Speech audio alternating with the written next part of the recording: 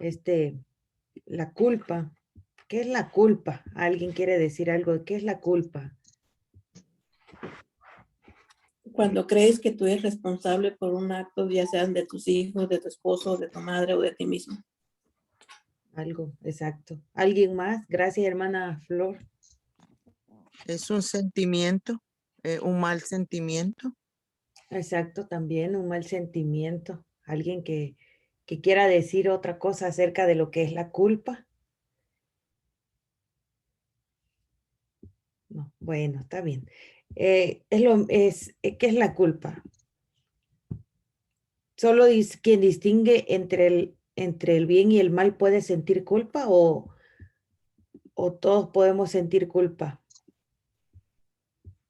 Todos. Todos podemos sentir culpa. Eso que todos también. Ujú.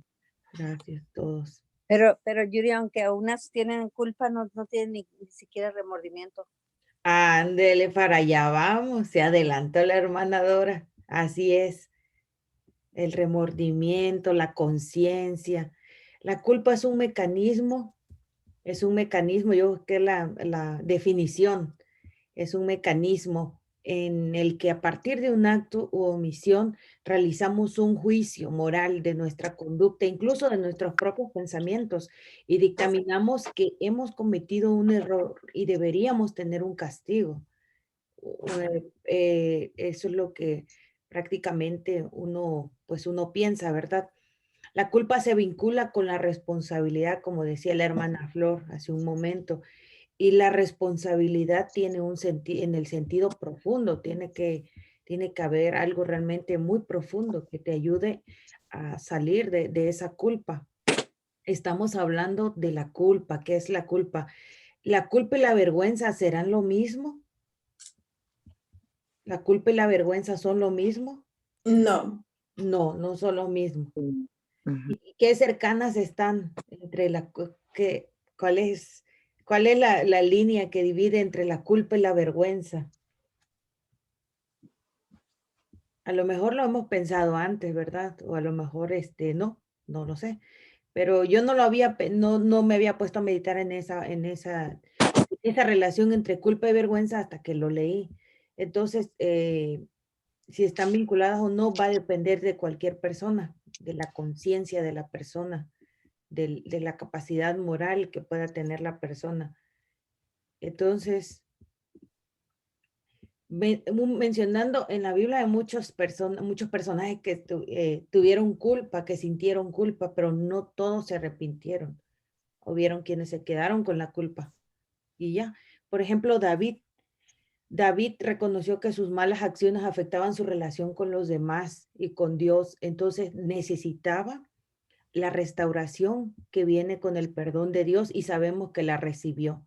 Conocemos mucho la historia de David o algunos tal vez no la conocemos, pero la historia de David es muy amplia, es muy bonita también. Saber cómo Dios manda a llamar a alguien, Dios lo toma en cuenta.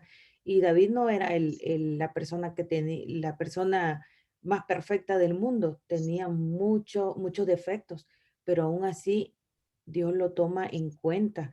Dios nunca rechaza el corazón que se humilla y reconoce sus errores. Aunque sea la persona más mala del mundo, Dios la va a cambiar si la persona reconoce y se humilla ante Dios. Y en el Salmo 51 dice, ten compasión, David, cuando escribe este salmo dice, ten compasión de mí, oh Dios, conforme a tu gran amor, conforme a tu inmensa bondad, borra mis transgresiones, lávame de toda mi maldad y límpiame de mi pecado. Salmo 51:2. Y en el 51:7, lo más importante dice, purifícame con hisopo y seré limpio. Lávame y seré más blanco que la nieve. A mí, por ejemplo, no me había tocado ver la nieve hasta ahora que fue, pues las heladas que pasaron en febrero. Y qué bonito, se ve todo tan blanco, calles que aquí en Fort Worth se veían tan sucias, pues la nieve limpió todo y se veía tan bonito, todo blanco y el cielo azul. Así dice David que le pedía a Dios que lo hiciera más blanco, que lo hiciera, que lo purificara, porque ¿qué hay más que el blanco? Cuando vemos el blanco, pues yo creo que a lo mejor algunas pensamos que cuando vemos las cosas que están blancas es porque están en paz, porque está limpio, porque hay orden, porque hay pulcritud, porque hay claridad. Y así pudiéramos decir más palabras.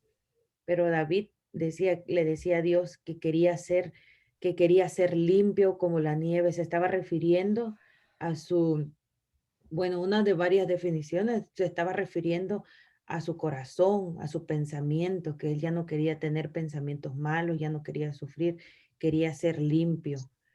Y cuando la persona tiene arrepentimiento, estamos hablando de la culpa, cuando tiene arrepentimiento, lo vamos a poner por acá, y viene a Jesús. A través de Jesús podemos encontrar el perdón. Pero el verdadero hombre no solo calma su conciencia, sino que de alguna manera renace de nuevo. Para sanar la culpa hay que ir hasta la conciencia. Y para llegar hasta la conciencia hay que pedirle a Jesús que nos cambie, que sane todo, pues esas cosas que nos hacen sentir culpa. Y dice en Juan 1:9, si confesamos nuestros pecados, Dios que es fiel y justo, nos los perdonará y nos limpiará de toda maldad. Pero los tenemos que confesar.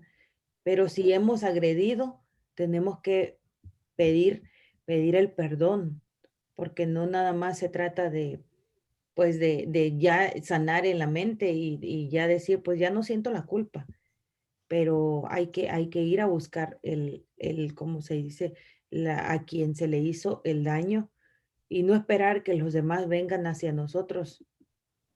Por ejemplo, en lugar de culpar a nuestros padres, a nuestros maestros, a la sociedad, al gobierno, o a las circunstancias o los factores sociales, hagámonos cargo de nuestros propios problemas y se los traemos ante la presencia de Dios para pedirle ayuda, no culpar a nuestro entorno, no culpar al pastor, que yo no avanzo espiritualmente, es que el pastor no me visita, que yo no, que yo no tengo un cargo, pues es que no me dan, pero pues a lo mejor tú quieres trabajar, puedes también trabajar sin tener un cargo, apoyando, haciendo, haciendo obra misionera, para no sentir culpa.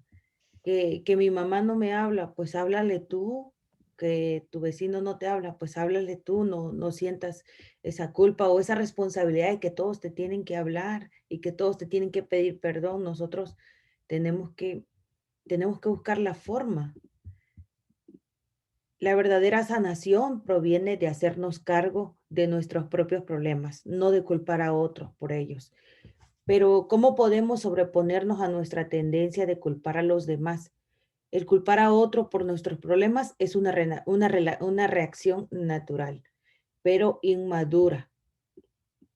Inmadura, tenemos que aprender a comportarnos con madurez. Como siempre, no seamos como Caín cuando, cuando asesinó a su hermano y Dios le pregunta, ¿y dónde está tu hermano? Y él le dice, bueno, pues a poco yo lo ando cuidando? Él sentía culpa, pero no lo daba a reconocer, pero él sentía culpa. Cuando nos confesamos, recibimos una excelente dosis de terapia interior. La confesión ayuda y el perdón verdaderamente nos hace mejores personas. ¿Con quién nos vamos a confesar? Con Dios. Con Dios, tú en tu comunión de oración. Cada uno de nosotros debería tener su comunión con Dios, oración durante el día también, no nada más en la mañana ni a la hora de la comida, sino en varias partes del día para pues estar en contacto con Dios. Generalmente hemos sido diseñados para pedir perdón solo porque porque lo hemos hecho. Sin embargo, también podemos pedir perdón por aquello que no hemos hecho y que hemos dejado de hacer por las cosas que nos han hecho, pero también podemos pedir perdón porque a lo mejor no hemos pasado tiempo con la familia, no hemos convivido, o a lo mejor ya no es cariñoso con su esposa, ya no le demuestra su amor. También se puede pedir perdón por eso, porque se van pasando esos pequeños detalles y pues el amor se va enfriando, las personas se van enfriando.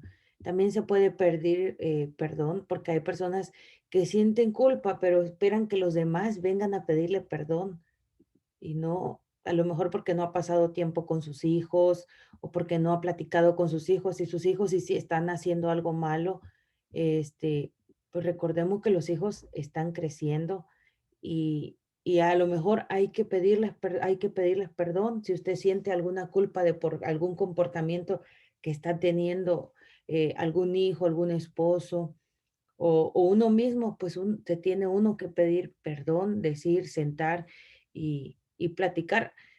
Pues yo creo que es difícil, pero todo sacrificio y tiene una recompensa. En Proverbios 17:9 dice, el que perdona la ofensa cultiva el amor. Y dichoso aquel a quien se le perdonan sus transgresiones, a quien se le borran sus pecados. Dichoso aquel el que el Señor no toma en cuenta su maldad y en cuyo espíritu no hay engaño. Salmos 32, 1 y 2. Vengamos, pongamos las cosas en claro, dice el Señor. En Isaías 1, 18 y 19, son sus pecados como escarlata, quedarán blancos como la nieve, quedarán como la lana. ¿Están ustedes dispuestos a obedecer? Comerán lo mejor de la tierra. Pedir perdón y perdonar nos hacen grandes delante de Dios. También lo dice en Primera de Juan 1:9. Y cuando hacemos la sanación que ocurre es poderosa y real. Llega hasta las raíces de nuestros pecados. Nos fortalece, nos fortalece para hacer lo que debemos hacer y llega a aquellos a que han pecado contra nosotros. La confesión de nuestros pecados es simple, es humilde y es más eficiente que una psicoterapia, es más rápido y es menos doloroso y es también menos costoso cuando pedimos perdón por si hay personas que sienten culpa o que si nosotros hemos sentido alguna culpa porque hemos hecho algo, porque no somos perfectos, pero hemos cometido algún daño y tenemos esa culpa, pues hay que pedir perdón. Y hay una palabra en hebreo que significa, es teshuvah, eso se llama como arrepentimiento, pero no es solo arrepentimiento, sino es arrepentimiento y acción, porque hay quienes se arrepienten, pero no van y piden el perdón, sino se arrepienten y ya nada más con eso en su pensamiento y a veces necesitamos dar el siguiente paso, que es ir y pedir el perdón. Si nosotros tuvimos la culpa, tenemos que hacer ese verdadero arrepentimiento, hablar con Dios en oración, pedirle que nos dirija, que sane nuestro corazón, ir y pedir perdón, hacer ese acto de ir a pedir.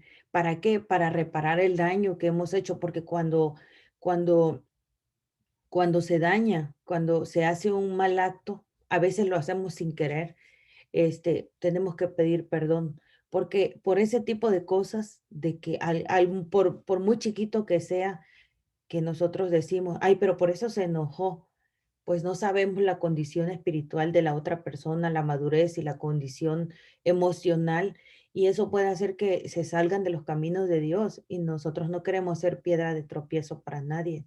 No deberíamos ser ninguna piedra de tropiezo, por eso hay que reparar ese daño y hacer lo que se tenga que hacer para ir y pedir el perdón. Y lo más importante, pues ir por la vida no dañando, no ofendiendo, para no estar sintiendo culpa. No vamos a sentir culpa cuando no dañamos, cuando no gritamos, cuando no ofendemos, cuando no insultamos, cuando no hacemos cosas malas, entonces no va a haber culpa. Entonces, la invitación de hoy es de que podemos cambiar. A lo mejor hay alguna culpa que traemos arrastrando desde hace muchos años, algo que está dentro de nosotros, que nosotros mismos decimos es que por mi culpa sucedió tal cosa y nos seguimos culpando. No nos podemos seguir culpando toda la vida. Las cosas tienen que cambiar. No, como decíamos el otro día, nada está escrito en una piedra para que diga que no podemos cambiar. sí podemos cambiar. Hay cosas que solo uno como persona sabe dónde están los defectos, dónde están las fisuras de nuestro carácter, dónde se está yendo, dónde se está saliendo nuestra vida espiritual. Eso no lo conoce ni el anciano de la iglesia, ni el pastor, ni los vecinos. No, lo conoce cada uno de nosotros. ¿Dónde está dónde se nos está yendo la espiritualidad? Cada uno lo sabe. En su mente, en su corazón, esas oraciones silenciosas, esas son las más fuertes, esas son las más verdaderas, no las oraciones que, que se dicen en voz alta. También son importantes, pero lo más importante es cuando yo nos ponemos a orar solitos, en silencio, en un espacio que solo hemos dedicado para Dios. Así que podemos cambiar, nada está predeterminado, no arrastremos con la culpa, no somos esclavos, como puse el canto que decía que ya no soy esclavo, ya no tengo miedo porque Dios está conmigo, ya no soy esclavo porque el Señor está conmigo. Así que por eso no vamos a temer. Si tenemos que pedir perdón a alguien, hagámoslo. La invitación es hacerlo, pero hacerlo con una preparación, con una oración antes de ir a hablar con tal persona, para que sea Dios quien pueda abrir los caminos y para que sea Dios que pueda poner las palabras en la boca y en el corazón de usted, de quien va a pedir el perdón. Quizás haya que pedirle perdón a sus hijos, haya que pedirle perdón a su familia. No lo deje pasar, hágalo, realícelo sin pensarlo tanto. Solo haga una oración y tome la iniciativa de poder pedir el perdón. Así que este es el mensaje que les quería compartir hoy y quiero hacer una pequeña oración por esto.